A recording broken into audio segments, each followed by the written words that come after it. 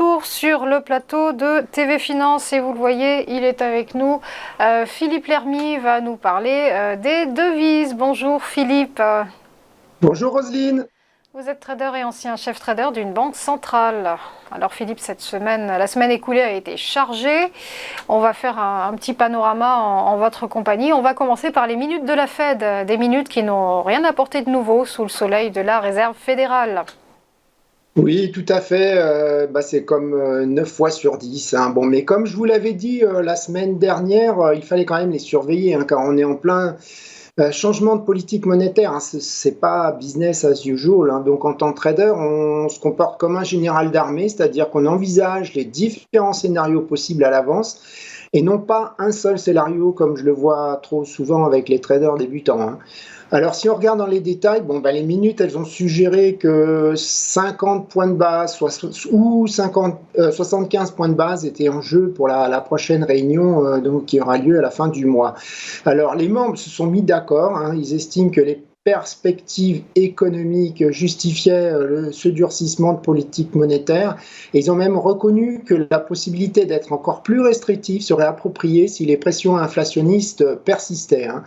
Alors ils sont conscients que leur crédibilité était en jeu et que finalement cette hausse de 75 BP qu'ils ont réalisée en juin avait bien été perçue par les marchés, hein. Alors depuis ces minutes, on a bien compris avec leur discours que ces membres de la Fed ont minimisé les dépenses de consommation, hein, qui sont en train de faiblir. Il y a quand même des chiffres qui annoncent un ralentissement et on voit bien qu'ils apportent plus d'importance au marché du travail américain. On va revenir aussi sur les minutes de la BCE et la porte est ouverte pour là encore une hausse accentuée des taux lors de la réunion de juillet. Oui, alors on a vu que les membres avaient le focus sur les anticipations d'inflation et l'évolution des salaires. On voit, il y a eu on voit ce qui s'est passé en Allemagne avec IG Metall notamment. Alors, on voit que ces minutes révèlent que l'outil anti-fragmentation était déjà en préparation au sein du staff technique, hein, contrairement à ce que doutait le marché. Mais qu'à cette date, hein, le 9 juin, hein, le jour de la réunion, ce n'était pas du tout la préoccupation majeure des membres de la BCE. Donc, ils ont fait une réunion d'urgence le 15 juin dernier, qui a été d'ailleurs bien perçue par les marchés. Alors, on a vu aussi qu'un certain nombre de membres sont ouverts, hein, pour une hausse plus élevée en juillet. Mais bon, pour autant, on n'a pas vu l'eurodoll bouger. Il n'a pas du tout bougé comme d'habitude pour les minutes de la BCE. C'est pire que les minutes de la Fed. C'est très rare que ça bouge. Passons à présent à ce coup de tonnerre au Royaume-Uni, la démission de Boris Johnson et son successeur qui devrait être plus conciliant avec l'Union européenne. Oui, tout à fait. Alors bon, la démission de Boris Johnson, elle fait suite au Partygate, hein, et puis on a vu surtout la semaine dernière d'un seul coup la démission de 55 membres dans son cabinet, dont deux poids lourds, hein, Rishi Sunak, chancelier de l'échiquier, et Sajid Javid.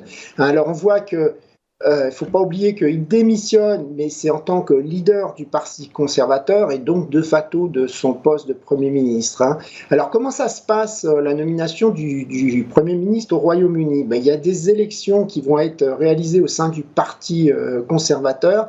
Ça va même commencer cet après-midi, hein, pour désigner le leader de parti qui deviendra donc de facto le Premier ministre après approbation de la reine, hein.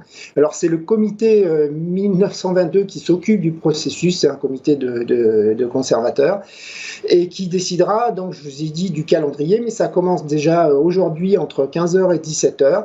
Donc il va y avoir une série de votes, il y a 2 rounds de votes, jusqu'à ce qu'il ne reste plus que deux candidats, hein. Les candidats sont tous se sont tous déjà proposés, je dirais. Alors en 2016, qu'est-ce qu'on avait vu? Pour l'élection de Theresa May, le processus n'avait pris que 2 semaines. Quand on regarde en 2019, pour l'élection de Boris Johnson, cela avait mis 7 semaines parce qu'il y a eu 5 votes au premier round, hein. Donc si on prend le meilleur des cas, comme avec Theresa May, on aurait un nouveau Premier ministre qui serait élu avant que le Parlement anglais ne parte en pause estivale, c'est-à-dire le 21 juillet prochain. Dans le cas contraire, c'est Boris Johnson, qui va rester comme on dit, le caretaker Prime Minister jusqu'à la prochaine session parlementaire à la rentrée, c'est-à-dire le 5 septembre. Donc ça, c'est vraiment le cas le plus probable. On va avoir donc un gouvernement d'attente. Alors, qui pourrait devenir le Premier ministre? C'est le graphe que vous voyez, c'est les paris en ligne. Les Anglais, ils sont très friands de paris sur tout et n'importe quoi. Donc, ils donnent Penny Mordaunt comme favori. Alors, cette femme n'est pas connue, c'est une ministre, elle n'est pas connue du grand public, car Bojo, il l'a relativement écarté, mais elle est appréciée par une base assez large des Tories, et notamment de ceux qui sont plutôt centristes. Donc, c'est elle qui est en première ligne à égalité avec Rishi Sunak. Alors, c'est une Brexiteur, mais elle a l'avantage d'être plus conciliante avec l'Union européenne. Rishi Sunak, donc c'est le chancelier de l'échiquier, qui est aussi l'ancienne maire de Londres, donc lui au contraire il est très très connu. Il est aussi brexiteur, mais il est aussi en faveur d'une réduction des tensions avec l'Union européenne. Il est pro-marché, il est en faveur de la baisse des impôts, mais bon, inconvénient, avec la pandémie, il a prouvé être très très dépensier. Alors je vous ai mis aussi Liz Truss, parce qu'il y en a d'autres évidemment. C'est l'actuel secrétaire d'État aux affaires étrangères. Alors pourquoi je vous parle d'elle? Parce que c'était d'abord une Remainer, elle était du camp des gens qui voulaient pas que l'Angleterre sorte de l'Union européenne, puis elle a retourné sa veste en Brexiteur, alors que donc à l'inverse des deux candidats précédents, elle pourrait attiser les tensions entre le Royaume-Uni et l'Angleterre pour prouver sa conversion. Alors elle est aussi en faveur des réductions d'impôts, de la déréglementation, mais comme je vous dis, en plus, elle aimerait être perçue comme une Madame Thatcher Beats. Donc si c'était elle, ça serait peut-être pas trop bien perçu par l'Union européenne, et donc ça pourrait peser sur la livre sterling. Bon, en tout cas, ce qu'on sait, c'est qu'elle risque de poursuivre une ligne dure contre la Russie. Alors donc, voilà. Mais si on regarde au global, parmi tous ces candidats, ces trois candidats, ils sont tous moins brexiteurs que Bojo. Je vous rappelle qu'il avait dit qu'il préférait crever dans un fossé plutôt que renoncer au Brexit. Ils sont tous moins populistes que Boris Johnson. Donc ça, c'est pareil, c'est positif pour la sterling. Pourquoi? Parce que le populisme, il fait peur au marché. On l'avait bien vu avec les élections anticipées en avril en Italie, en avril 2018, car même si à court terme le populisme pourrait signifier, je dirais, une politique budgétaire plus souple, à plus long terme, ça signifie une dislocation des relations internationales, et ça, c'est pas bon. Donc voilà, on comprend donc pourquoi le GBP il a monté sur l'annonce de la démission. Alors ce qu'il faut savoir, c'est que si on regarde encore un peu plus long terme à la rentrée, en général, quand il y a un nouveau leader des Tories élu, il est probable qu'il déclenche à nouveau une élection parlementaire anticipée pour essayer d'augmenter sa majorité. C'est ce que avait fait Theresa May, Boris Johnson, et Boris Johnson, il avait eu tout à fait raison. Alors pour nous, c'est une super opportunité de trading, une élection parlementaire anticipée en Angleterre. Je vous rappelle qu'en décembre 2019, donc lorsqu'elle a eu la dernière, le GBP a fait 362 pips de hausse lors des résultats. Donc c'est hyper intéressant, on peut le trader en volatilité aussi. Donc ça, c'est le genre de choses que j'explique dans ma formation. Philippe, évoquons à présent le rapport sur l'emploi aux États-Unis, bon en apparence, mais qui recèle quelques faiblesses pour qui saura bien les débusquer. Oui, parce que la majorité des titres qu'on voit partout, c'est que l'emploi reste robuste. Donc ça, c'est quand on regarde uniquement le chiffre des créations d'emplois non agricoles, puisqu'on voit 372 000 créations alors qu'on entendait 268 000. Alors, ce qu'on voit, avant de parler des petits détails qui sont un petit peu inquiétants, c'est qu'elles sont généralisées, ces créations, comme vous le montre le graphe. Vous avez 96 000 emplois nouveaux dans l'éducation, la santé, 74 000 dans les services professionnels et 67 000 dans le loisir et l'hôtellerie. C'est plus le nouveau, je dirais, le premier poste. Donc ça se stabilise un petit peu. Donc la reprise, je dirais, du post-Omicron se calme un peu. À la court terme, donc ça conforte le marché, puisque le marché, on l'a entendu récemment, il parlait, je vous l'ai dit la semaine dernière, que de récession. Parce que ce chiffre, il est positif alors que les autres montrent quand même des ralentissements. Alors, ce qu'on peut dire, c'est qu'en tout cas, lui, il confirme qu'il y aura une hausse de 75 BP donc lors de la prochaine réunion de la Fed en fin juillet. Mais quand on regarde dans les détails, eh ben, le sondage auprès des ménages, puisqu'il y a plusieurs sondages qui sont réalisés en même temps, il montre une destruction équivalente d'emplois, enfin presque équivalente. 315 000 personnes ont quitté le marché du travail. Comment ça veut dire? C'est ça qui explique le taux de chômage est resté au même niveau. Donc voilà, il y a certains économistes qui font donc remarquer que cette haute mesure de l'emploi a tendance à précéder les créations d'emplois, enfin les NFP, quand il y a des points de retournement du marché de l'emploi. Donc vous voyez, ce chiffre qui était largement positif les fois d'avant et qui est devenu négatif. Alors, il faut reconnaître que ce chiffre, il a un bruit statistique assez élevé, parce qu'il est assez volatile. Il est plus volatile que que le sondage qui se déroule auprès des entreprises, dont découlent les créations d'emplois, les NFP. Voilà. On remarquera qu'il y a une révision à la baisse des 2 mois précédents. Il y a 74 000 emplois qui sont quand même en moins.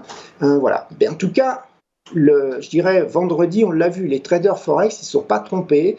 Il y a d'abord eu une baisse initiale de l'eurodoll et du câble, et après les deux paires de devises ont remonté plus haut. Alors ce matin ça rebaisse, c'est autre chose. Donc voilà, on n'a pas continué la baisse. Pourtant le chiffre était bon, on aurait dû continuer la baisse, quoi. Évoquons à présent la guerre en Ukraine et toujours ces craintes concernant l'approvisionnement en gaz russe.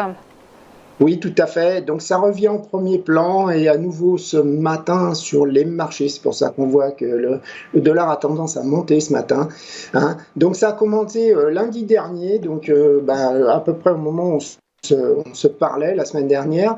Il y a eu l'annonce de la fermeture de 6 champs de gaz naturel norvégien. Donc c'était dû à un mouvement de grève et ça représente 13% de l'approvisionnement de la Norvège. Donc c'est ça qui a initié la chute de l'eurodoll et du câble lundi dernier. Alors aujourd'hui, qu'est-ce qu'on a? On a Nord Stream 1, donc c'est le gazoduc principal, qui est la source d'approvisionnement principale pour l'Allemagne, qui a commencé sa maintenance annuelle. Alors voilà, si on regarde différentes sources, selon mes sources, j'ai un redémarrage de ce gazoduc qui aurait lieu le 21 juillet, ou le 24 juillet. La majorité me disent le 21 juillet. Alors, quand on voit ce qui s'est passé avec l'ambroglio, je dirais, avec la turbine Siemens qui est partie en réparation, qui a été coincée au Canada, alors selon la Russie, à cause des sanctions internationales, on voit que depuis, les flux ont été réduits de 60% sur ce gazoduc, qui n'ont pas repris donc à 100%. Donc du coup, le marché, il envisage le scénario le pire, à savoir que Poutine n'autoriserait pas le redémarrage à la fin de la période de maintenance. Alors, je vous rappelle que c'est vraiment dans la tête de tout le monde. Il y a hier Bruno Le Maire qui a déclaré, je le cite, préparons-nous à la coupure totale, c'est aujourd'hui l'option la plus probable. C'est ce qu'a dit aussi Elisabeth Borne. Donc, Poutine, il sait très bien que le gaz, c'est une arme pour lui maintenant. Mais il sait que plus le temps avance, moins ce sera le cas. Alors, on voit bien que les opérateurs du réseau du gaz, ils ont anticipé ce scénario. Les sites de stockage en Allemagne, ils sont actuellement remplis à plus de 60%.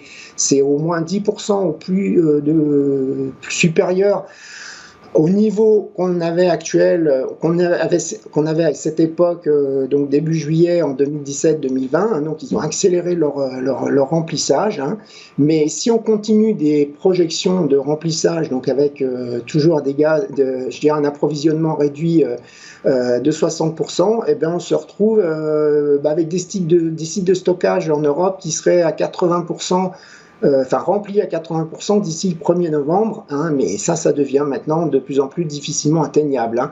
Donc, même si donc Nord Stream 1 redémarre à 40% de ses capacités, l'Allemagne doit redémarrer ses centrales au charbon, elle doit importer du gaz liquéfié. Alors, problème aussi, c'est qu'il n'y a pas assez de gaz liquéfié au monde disponible pour compenser, donc elle va être obligée d'organiser des rationnements conséquents dans l'industrie, et toute la pharmaceutique, notamment allemande, a beaucoup besoin de gaz. Alors, il ne faut pas se leurrer, on sera aussi touché, parce que l'Allemagne, c'est le gazoduc qui arrive en Allemagne, c'est le point d'arrivée. du gaz russe et qui a beaucoup d'interconnexions avec l'Europe et notamment la France. Alors vous le voyez, là le graphe, il vous montre une décorrélation entre les prix du gaz en Europe et aux USA, ce qui prouve bien que, à cause de cette guerre, enfin on s'en doutait, le marché a conscience que l'Europe sera touchée plus durement que les USA. Alors ce qu'on peut se dire, c'est que Poutine, il peut très bien jouer avec les nerfs des Européens en ne coupant le gaz que pendant une dizaine de jours, par exemple, histoire de faire peur. Ça ne veut pas dire qu'il va forcément les couper, et je dirais éternellement, parce que lui, l'avantage, ce serait de faire à nouveau monter les prix du gaz, et puis quand il rouvrirait les vannes, donc il les vendrait encore plus cher. Sauf que, oui, parce qu'il ne faut pas quand même l'oublier, il a besoin de ses revenus issus du gaz. Mais je pense qu'il pourrait même, soit redémarrer le 21 juillet, il pourrait faire exprès pour perturber les Européens psychologiquement. Question de stratégie, effectivement. On va poursuivre avec la Chine et l'administration Biden qui envisage de réduire les droits de douane avec la Chine.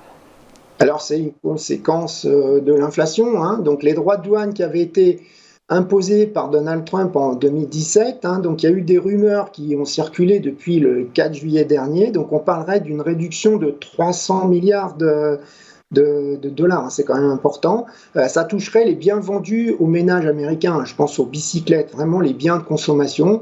Alors on parle aussi de l'acier, l'aluminium, d'autres pensent que non, ça serait plutôt les biens aux ménages. Alors le but, comme je vous l'ai dit, c'est diminuer l'inflation, mais quand on voit les recherches des banques, ils pensent que l'effet serait très limité, ils arriveraient à baisser l'inflation de l'ordre de 0,3% seulement. Donc voilà, puis il y a aussi, il ne faut pas oublier, pareil, le volet politique, ça serait pour essayer de tenter d'éloigner la Chine de la Russie, de la rapprocher de l'Occident. On va à présent se pencher sur deux événements à scruter cette semaine. D'abord l'inflation aux États-Unis, on en parlait à l'instant, c'est du toujours plus haut. Oui, on attend. On avait espéré le mois dernier que ça rebaisse et puis en fait qu'on avait passé un pic et puis on a vu que ça a remonté. Là, elle est attendue à 8,8%, donc c'est toujours plus haut par le consensus des économistes. C'était 8,6 le mois dernier. Il y a même des banques, je pense, des banques canadiennes, Toronto Dominion, Scotia, eux, ils voient carrément 8,9%. Alors, si on se fie aux prévisions de la Fed de Cleveland, ces graphes que vous voyez, elle devrait être à 8,7. Alors, ce qu'on voit aussi sur ce graphe, c'est que les prévisions de la Fed de Cleveland, elles ont toujours été un petit peu sous-estimées. Donc, voilà, si c'était plus que 8,7, ce serait pas très cool. Alors, ils s'attendent, les économistes, qu'il y aura une accalmie sur l'inflation, je dirais, hors alimentation et énergie. Il la voit avec 5,8%, à plus 5,8%, ce serait en baisse donc de 0,2 par rapport au mois précédent. Alors, on se rappellera que le mois dernier, ce qui avait surtout maintenu cette inflation alimentation-énergie à la hausse, c'était le logement. C'est vraiment le composant qui compte le plus sur l'inflation. On a eu les billets d'avion qui étaient en hausse, mais c'est, je dirais, anecdotique, parce que même s'ils ont monté de 37,8% sur un an glissant, ils sont insignifiants dans la composition de l'indice. Alors, ce qu'on voit aussi, c'est que le pétrole à New York, il avait remonté, il avait explosé juste après l'inflation de l'Ukraine. Voilà, il avait fait un pic initial vers 127 $ le baril. Et puis là, il avait rebaissé et là, il a remonté donc à la mi-juin jusqu'à environ 123 $ le baril. Là, il a rebaissé, mais ça ne sera pas dans ce chiffre-là, ça sera dans le chiffre prochain de l'inflation qui sera publié mi-août. Voilà. Donc, quoi qu'il en soit, voilà, les anticipations de hausse de taux de la Fed augmentent. Il y a Bank of America, maintenant, il voit 175 BP de hausse sur les 4 prochaines réunions. Ça ferait des taux directeurs qui monteraient jusqu'à 4,25% en mai 2023. Et enfin, les ventes au détail aux États-Unis et un rebond qui est attendu après le mauvais chiffre du mois dernier. Voilà, alors si on en croit les chiffres des créations d'emplois aux États-Unis, les ventes devraient être elles aussi bonne. On devrait avoir un rebond comparé au mauvais chiffre du mois dernier. Alors ce rebond, il pourrait être plus significatif du côté des ventes de voitures parce qu'elles avaient baissé en mai. Quand on a vu que les Américains ils continuent de voyager. Alors, on a aussi la hausse des prix du pétrole qui fait mécaniquement monter ces ventes au détail. Mais ce qu'on voit aussi, ça c'est assez logique aussi en période d'inflation, quand on voit les big data donc par des banques comme Bank of America, on voit que ça se fait au détriment des autres catégories de biens. Je veux dire, ils sont en train de réduire leur consommation dans des biens parce qu'ils subissent l'inflation et des prix à la pompe.